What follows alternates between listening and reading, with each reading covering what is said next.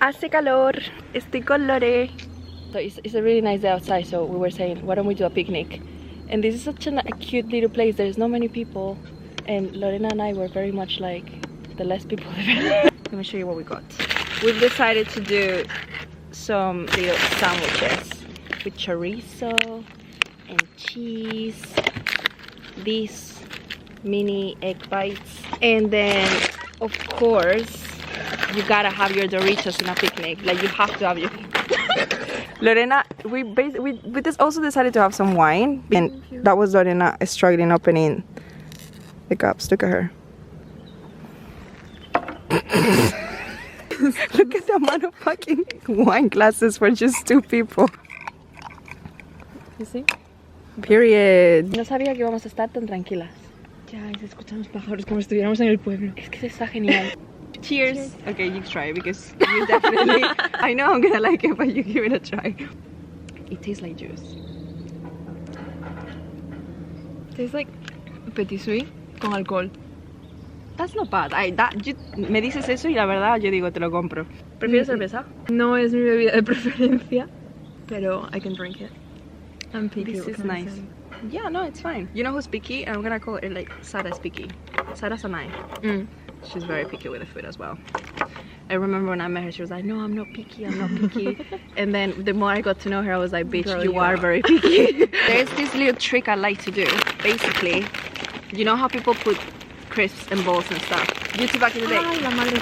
But all you have to do is just open it and then just, si lo tiran para arriba, push it up. Pero es, y ya está, y luego lo pones así, mira. Ball. Ay, mira, una bumblebee. Bumblebee. Un abejorro. Un abejorro. ¿Quieres más quesos? La intolerante a la lactosa. Yo también. Ya aquí estamos. ¿Qué tienes? Let me show you this. Look at that. No, pero hay que reorganizarlo. Mira, ahí está el abejorro que estaba diciendo. Qué bonita. Y no sé si pueden escuchar los beautiful sounds of the birds. Cuando no estoy hablando, obviamente. ¿Sabes qué? I've been wanting to do a picnic literally around here. I didn't know that I thought it was bigger, you know? Ya, es que creo que esto es más residencial, de las casas que hay al lado. De puta madre. Sí. Madre mía, pedazo de Bocata. bocata. Yes. Yes, living the best life. Oh.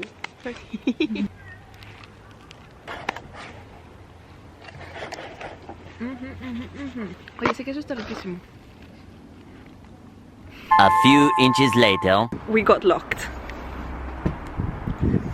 That's where the picnic Sí, place. creo que esto es más residencial, de las casas que hay al Where the lado. picnic place was, and this door was open, right, Lorena? It was open. That's how we came in. Exactly. And we're like, okay, let's go. It was closed, and I was literally about to jump. Like I was like, it was Not making it. I was laughing so much. I was like, I can't believe this is happening.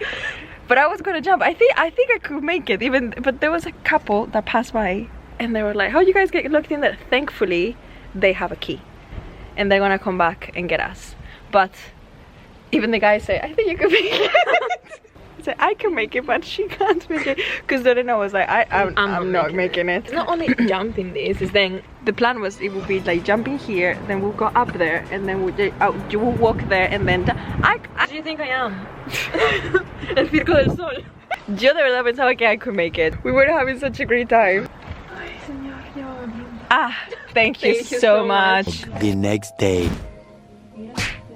Las bolas de pelo. Es que ahora en springtime is when they shed. Claro. Anyway, today we went to the office. I got everybody to do like a Pottermore quiz. Lorena, what house do you have? Ravenclaw. And I think I recorded it, so I might put like a little video of it. The disappointment. We were the disappointment of the patron. Yeah. What a magpie! You're so disappointed. Yeah. It wasn't the house, it was the patronus. And then I got everybody else to sort of like do it. I'm thinking a lot, but you know, this tends to happen whenever I have like a day in the office, or whenever I'm going out or anything. Once I arrive home, I start to go through every single interaction that I've gone through the day, and I think it through. Yeah. And I go over and over again. And I know Lorena can understand, because Lorena also has ADHD. She was recently diagnosed as well, but we've been new. Like, that's one thing about ADHD, and it's quite frustrating and annoying. You, at the end of the day, you just overthink. Well, I mean, it depends of the person, because some people don't. Because I feel, really.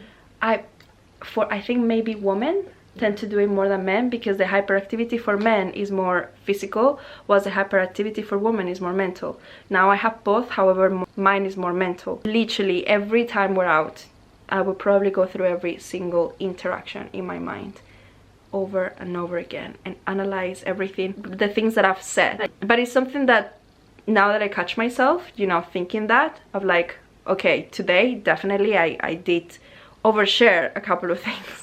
Are we surprised? Hello? I did overshare some things. You know how other people get very conscious about that? You know how other people is just like, I'm gonna have this conversation with my friend, but I'm not gonna have it in front, like, where everybody can hear. Do you know what I mean? Me. You, for example. For me, I realize that in the moment that it's happening, but I don't think it fully through up until the end of the day, that I'm like, shit, I did it again. Yet I realized that I was doing it, and I couldn't stop myself from being like, does that make sense? I think this is an important reflection. No, because I don't think, you know, obviously only the girlies that have ADHD knows this, that is just that you're constantly thinking, and the overthinking of like every single interaction. Now, just because I do it, it doesn't mean that every person with ADHD and girlies that do it. For me, everything is more mental. I have so many thoughts rumbling in my mind, and sometimes I say things, right? And then after that, I overthink it through, because I was like, should I have said that? For example, the Tom Riddle.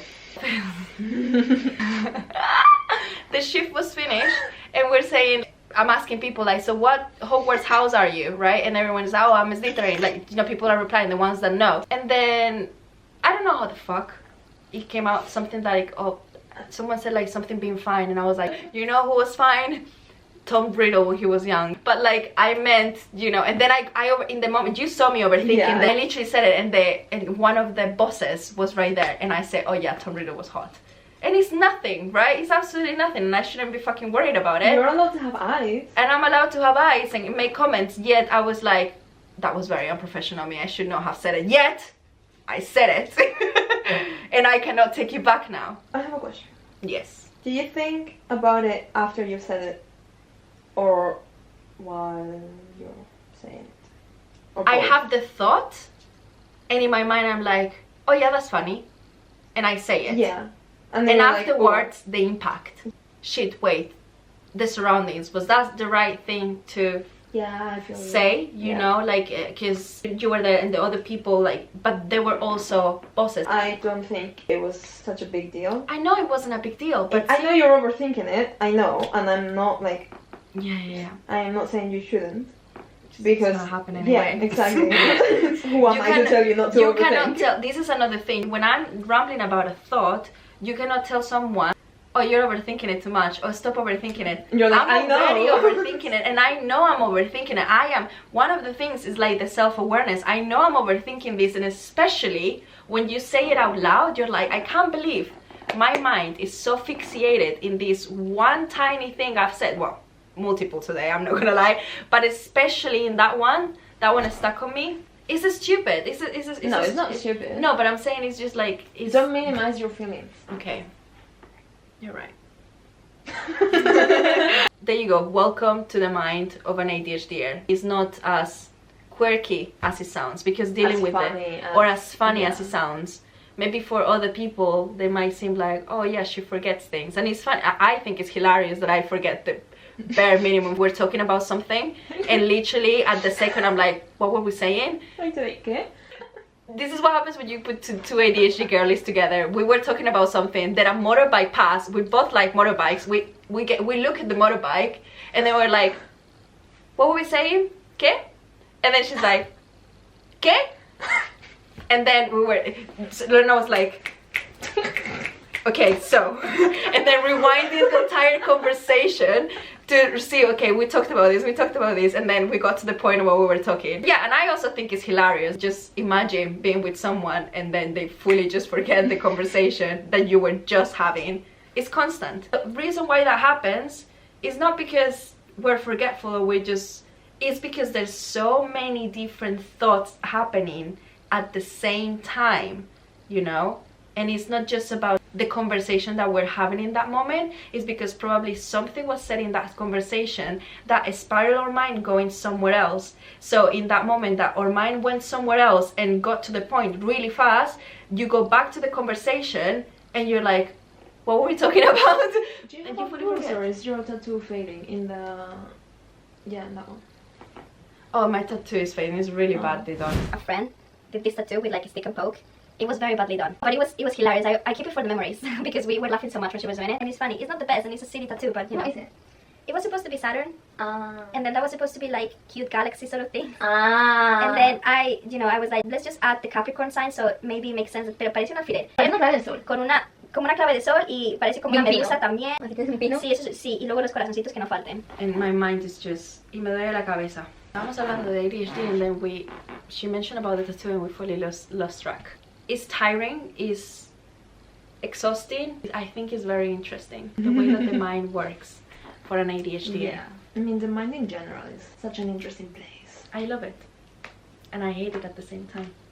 I know, right? I'm very hard on myself about the fact that I overshare and I overthink a lot. So, because I have this fear of coming across as very intense, you know? And I am an intense person, but I feel like my intensity is more internal. Define intensity though. What is intense? That's a very good question. What is intense? Because in my opinion, intense is something that is too much. I was genuinely But gonna what say is that, but I'm too like, much? if I'm... Who defines... Literally Dove Cameron said in a song, if you say I'm too much, maybe go find less. Uh-huh. And that's exactly the sort of approach that I've been trying to take. So, it's que le puedes realize que es the cutest little thing ever. Exactly, Onyx. That's exactly what I was saying. I'm working on the fact that if I come across as someone that is too intense for someone, then it's not my problem. Exactly. You know?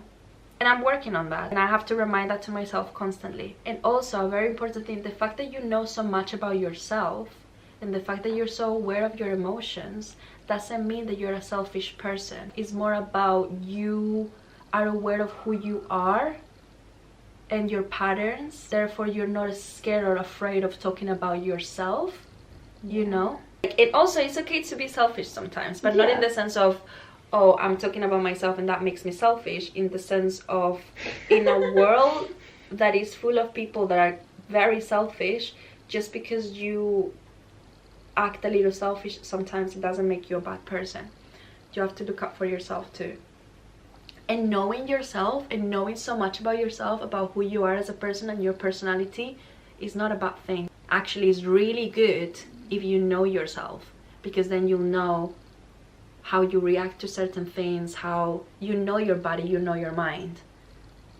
I know my body, I know my mind, that's why I'm rambling, and I know that's very normal and that's got to do with my ADHD. And for me, one way to work it out is by talking, saying it, speaking. Because my mind is constantly, and I have to let it out. Later. Aleja is gonna be playing. Estoy nerviosa. Lo bueno es que abro, That's great. entonces termino rápido. That's it. Son 4 canciones. You do it and you're done. That's great. First act is a really good thing. And she's gonna be singing in Spanish. I didn't bother to do any songs today. Bye Aleja, we'll see you in a moment. Es un evento en el que están celebrando a los estudiantes internacionales. Van a cantar. Y Aleja, pues, mexicana, va a cantar en español. Y hicieron comida tipo multicultural. Perdón, escuché español. Sí. Hola, ¿qué tal? Hola. Encantada. ¿Cómo te llamas? Lorena, ¿tú? Encantada. Espera, que me... Colombiana. No. ¿Qué? Buen nombre. ¿Cómo te llamas? Colombiana. Daniela, encantada. Te rompo lo que quieras. Was our first act of the night, hailing all the way from Mexico, La Melly. This hat, as well as me, is made in Mexico. And this first song is about that when you leave your home country and you wonder what will be left when I go back. But since I'm Latin, I I didn't want to make it super sad, so. Yeah, it's fine.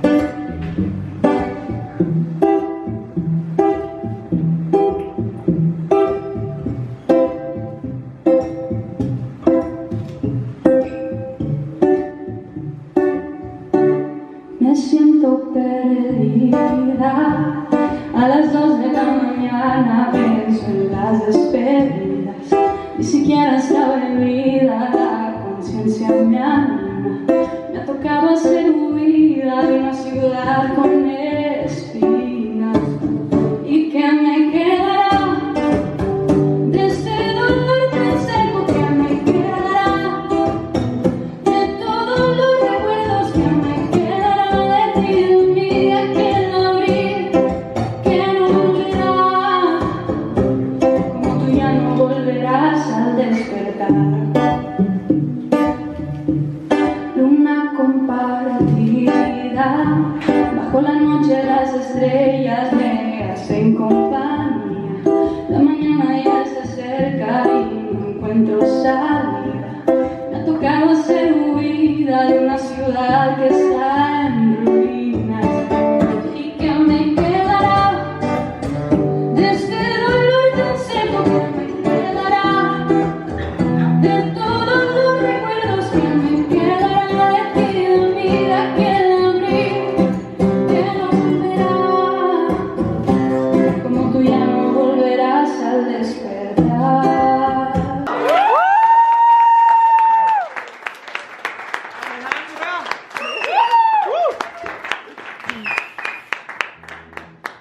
Thank you very much. And also another thing to say is I was born in the border with the US and Mexico. So I thought, since we have the south of the US so close, why not make a